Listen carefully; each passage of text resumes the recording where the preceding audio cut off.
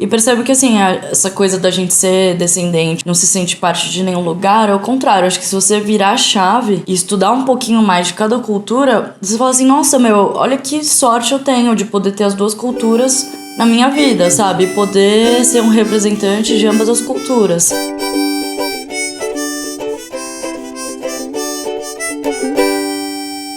Olá, Yobaminos, eu sou o Léo do Yobambu. E eu sou o Eric do Eric Queijo. E essa é a Hora do Queijo. E nessa Hora do Queijo a gente tem esse queijo, que é o quê? É um queijo brie. Sobre o que a gente vai conversar nesse vídeo, Eric Queijo? O que é isso? Caramba, eu falei que a gente tá gravando agora. Não vai abrir. Eu trouxe o leite. Diamante, mas... Vou sentar aqui, gente. Com você. Eu cheguei do Japão. Agora? Posso comer um queijinho com vocês? Por favor. Olá, Yobaminos. Agora nós estamos com a nossa especial convidada, que é a Thelma do Terumando. Pra quem não conhece, o Terumando é um Instagram das viagens doidas da Thelma pelo Japão. E pelo Brasil. Sigam ela no Terumando, eu vou colocar o link aqui embaixo. Não, fala aí, quem que você é, Thelma? Por que você tá aqui? Bom, eu cheguei... Fala enquanto eu amo o nosso queijo brie aqui. Eu cheguei do Japão, passei numa bolsa de estudos da província de Okayama. Refleti sobre muita coisa, principalmente essa questão de identidade. Bom, antes de mais nada, né, eu sou descendente de japoneses por parte de pai e mãe. Obrigada. Queijinho. E a gente pensou em trazer a Thelma aqui pra conversar um pouquinho sobre, no fundo, sobre identidade, assim, né? Você é descendente japonesa, mas aqui no Brasil não te trata como brasileiro e por consequência também você não se acha como brasileiro. Ou seja, você é brasileiro, mas aí tem uma coisinha ali. Então aí você vai pro Japão com uma intenção às vezes de encontrar um pouco mais a sua identidade. Enfim, acho que por mais que a gente entenda a comunidade descendente de imigrantes e tal, com certeza cada caso é um caso. Zero lactose. E eu não posso reclamar, né? Eu não posso dizer que eu sofri bullying nem nada assim. Ainda bem que eu não tive nenhum perrengue que eu saiba, assim, nesse sentido. Por ser descendente. Vamos fazer um brinde que não é meio nojento isso? Campai. Não, a gente toca... Não, faz com a parte que não babou, né? Ah, é verdade, né? Por favor. Vai ter feito antes de comer. Campai. Campai. Camai. Nossa, não. Entrem no Terumando, vocês vão ver piadas assim. Quem não sabe o que é Campai, explica vocês, que eu não sei explicar direito. Seu pai é viva, né? Viva! Quando vai brindar. E com a mãe? E pra mim foi um pouco... Não sei direito como foi pra você, assim, mas eu não tive uma infância muito dentro da cultura japonesa. Apesar de ser neta de japoneses, meus avós faleceram quando eu era bem pequena. Estudei em colégios que eu era, sei lá, tinha 2 alunos japoneses na sala. Nunca fiz parte de nenhuma associação, nunca fui muito engajada, nem escoteiro, nem nada assim. Se vocês quiserem saber um pouquinho mais disso no programa passado, eu e o Eriquinho falamos bastante sobre fazer parte da comunidade ou não. Tanto que eu acho que quando eu fui pra um colégio, no colegial, eu fui pra um colégio que tinha mais descendentes. Era ontem a gente estudar todos juntos. Que foi onde a gente se conheceu. Os grandes amigos que eu fiz lá não são... Alguns são descendentes, mas assim, não era o grupo de descendentes que andavam juntos nem nada assim. Também não sei se tinha. Tinha, né? Tinha, não, então. Tinha. A gente até comentou também. Eu acho que é exatamente o oposto da minha experiência lá, né? Porque eu fui pra lá e aí eu fiquei entre os japoneses, né? E aí você vai pra lá, você ficou entre os... Não... Gaidins, tá brincando? A gente falou disso. Eu derrubei o negócio. Você derrubou a lapela aqui. Gaidin. Fica até brava. Eu tive uma experiência parecida com a Thelma, mas eu lá tive muito mais contato com descendentes de asiáticos, tipo você. Né? Tipo, porque no meu outro colégio eu era o único. Eu quero. Eu tive a oportunidade de ir pro Japão pela primeira vez aos 15 anos. Isso foi entre o primeiro e o segundo colegial. Lá me deu um clique. Uma coisa assim de, nossa, por que eu fiquei tão afastada dessa cultura incrível? E de me identificar mesmo. Mesmo que lá eu era estrangeira, rolou uma identificação, sabe? E voltei com muita vontade de ter mais contato. E daí acho que acaba sendo meio natural você daí começar a andar mais com descendentes, de alguma maneira, né? Mesmo que comecei a participar da associação da província que meus avós vieram, que é Okayama. E comecei a fazer até aula de cerimônia do chá, coisas bem tradicionais, assim, que eu não me via. Mas mesmo assim, não é que eu entrei de cabeça, sabe? Mas pra mim era sempre o lugar incrível, que tudo funciona e tal. E agora, indo, digo, na fase adulta, que eu fui pela segunda vez e fiquei mais tempo, tive a chance de morar, assim, ter uma experiência de morar mesmo lá. Eu percebi que, sim, lá é tudo incrível, toda aquela imagem que ficou pra mim aos 15 anos. Mas também tem problemas. O Brasil, assim, não é... tipo, nada funciona, não sei o que. Não, eu senti muita falta do Japão, do Brasil. Valorizei muito mais algumas coisas daqui, sabe? As pessoas, o nosso jeito de ser. Então, acho que foi meio que fechou um ciclo no sentido de agora eu valorizo muito mais ambas as culturas. E percebo que, assim, essa coisa da gente ser descendente, ser Nikkei, não se sente parte de nenhum lugar, é o contrário. Acho que se você virar a chave e estudar um pouquinho mais de cada cultura, você fala assim, nossa, olha que sorte eu tenho de poder ter as duas culturas na minha vida, sabe? E poder ser um representante de ambas as culturas. Onde vocês quiserem. O meu irmão chegou a gente conversou com ele um dia e ele tava falando, meu irmão casou com uma japonesa do Japão e ele teve muito essa questão de identidade, né? De, não, mas eu não sou japonês, mas no Brasil eu não sou brasileiro. E no Japão eu não sou japonês, então o que eu sou? Né? E aí ela falou pra ele, não, primeiro que você é o Léo, meu irmão chama Leonardo também, né? Você é o Léo e você é japonês e brasileiro. Você não é metade, você é ao todo japonês e brasileiro. E aí abraçar esses dois lados, como você tá falando, né? De não classificar, não, eu sou brasileiro, não, mas eu sou japonês. Não, você é o bom das duas coisas. E o ruim também, né? Sim. Acho que aí cabe a nós valorizar as coisas boas e trazer essas coisas boas. E as coisas ruins aceitar, entender e talvez... transformar. Tentar mudar, né? Olhar um outro lado, né? Acho que é uma sorte nossa de poder ter esses dois lados, né?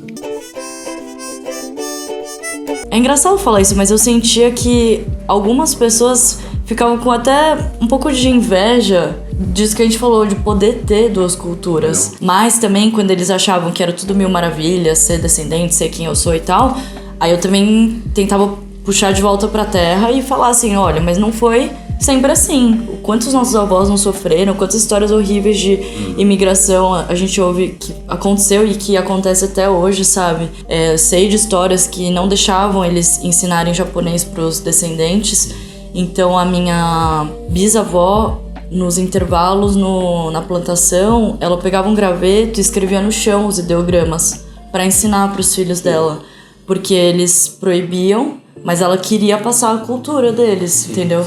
A nossa cultura. Graças a coisas como até o Yobambu de verdade, não é? Mexendo no próprio canal.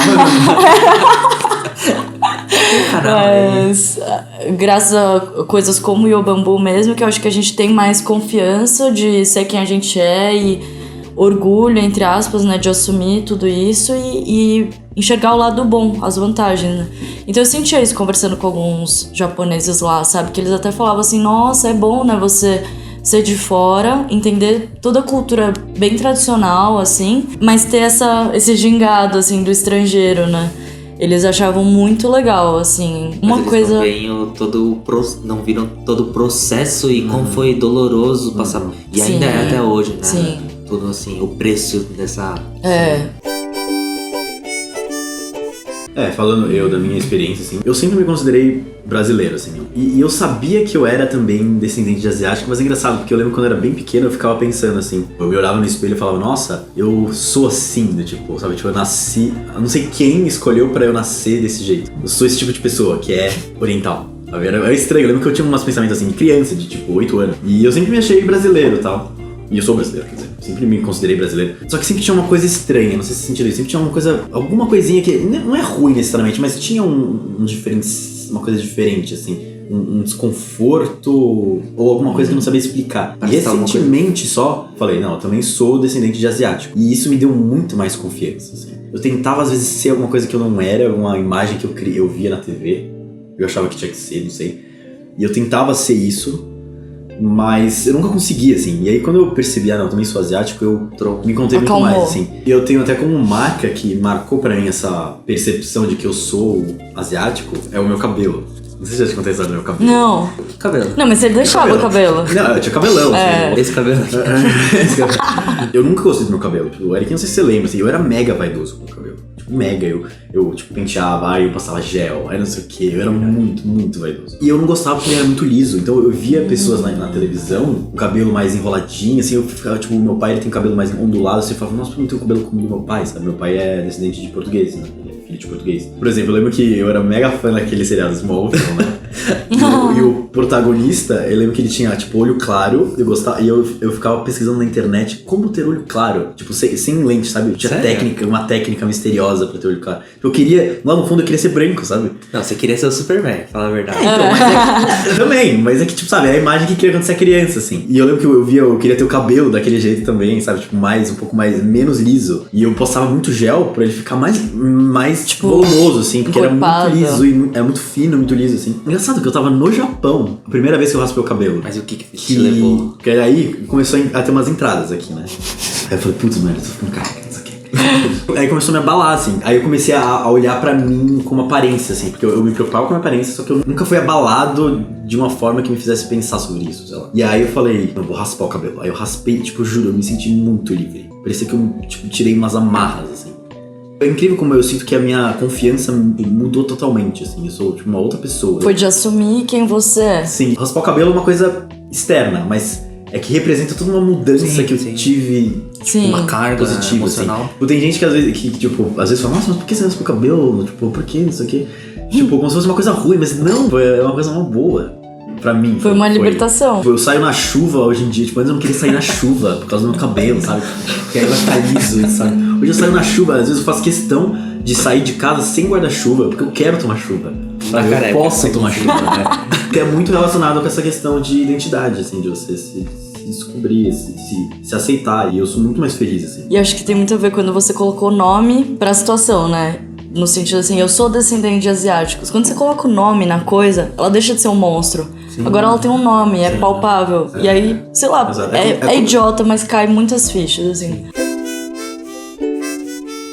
Encontrei uma amiga minha, ela tava em Uganda fazendo um trabalho voluntário, né, um trabalho social lá. E aí ela voltou e aí ela falou que tava assistindo alguns vídeos do Yobambu. Que legal. Que ela falou que ela teve uma vez, acho que um pouco parecida com a sua, né? Ela sempre teve no meio com poucos descendentes, assim, estudou em escola que ela era a única descendente de japonês e ela nunca sentiu falta, ela nunca sentiu essa necessidade, assim, ela se distanciou um pouco dessa comunidade japonesa, né? E aí ela foi pra lá, ela venceu uma coisa e ela tá passando por uma mudança agora de retomar, de buscar a identidade dela, assim, né? De querer se aproximar, querer entender um pouco mais da onde a família dela veio, ou quais eram as culturas, os valores.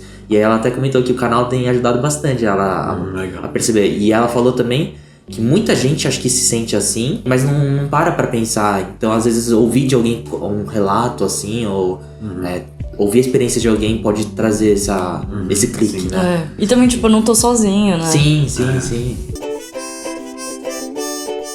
Às vezes eu sinto que ser brasileiro, ou ser qualquer nacionalidade, na verdade, é uma coisa mutável, assim. É que nem, sei lá, eu vi isso no Cosmos, né? No planeta Terra, por exemplo. A gente tem uma ideia do planeta Terra. O Brasil é aqui, os Estados Unidos é aqui, o Japão é lá, a Europa é aqui.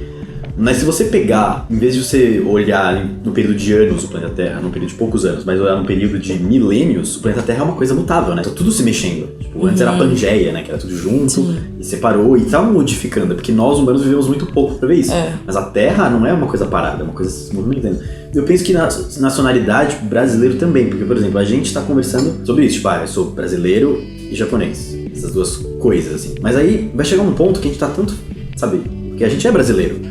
Que ser o japonês tá dentro do ser brasileiro de um nível que, assim, daqui a talvez 100 anos ou menos até, ele vai falar sou brasileiro, mas dentro disso tá cheio de coisa japonesa. Sim. Então é uma coisa mutável, nossos filhos vão estar outra experiência. Então não é uma coisa parada, cristalizada, né? É fluida. Hora do Queijo tá vendo um programa sobre identidade, assim, né? Eu não sei porque eu não vi o primeiro. Pô, tá online já, você não Há viu? uma semana já. Eu vou revelar que eu e o Eric, a gente acabou de gravar o primeiro, a gente não editou ainda, mas você provavelmente já viu. Espero que sim. Espero. E o Bambinos, o que vocês acham desse papo que a gente teve? Vocês concordam? Vocês passam por coisas parecidas? Então escreve um pouco da sua experiência, se você quiser compartilhar com a gente. Se você quiser uma coisa mais privada, você pode mandar pra gente no inbox no Facebook também. Acho que a ideia é a gente poder compartilhar pra saber que ninguém tá sozinho nessa. A gente passa por dramas parecidos, diferentes, mas no final todo mundo tá buscando entender melhor, né? Quem nós somos. Vocês podem se inscrever no Bambu, aqui embaixo. Não deixe de assinar o sininho pra saber quando sai vídeo novo. Assistam nosso vídeo anterior também, da Hora do Queijo. E sigam o Terumando, link vai estar aqui embaixo, no Instagram. Bom, Sugestões de próximos queijos que a gente pode experimentar. Se vocês quiserem também mandar um queijo pra gente, o Yobu tem caixa postal uma caixa agora. postal, vou colocar aqui, verdade. Mandem queijos. E bom, vamos então brindar aqui. Cheese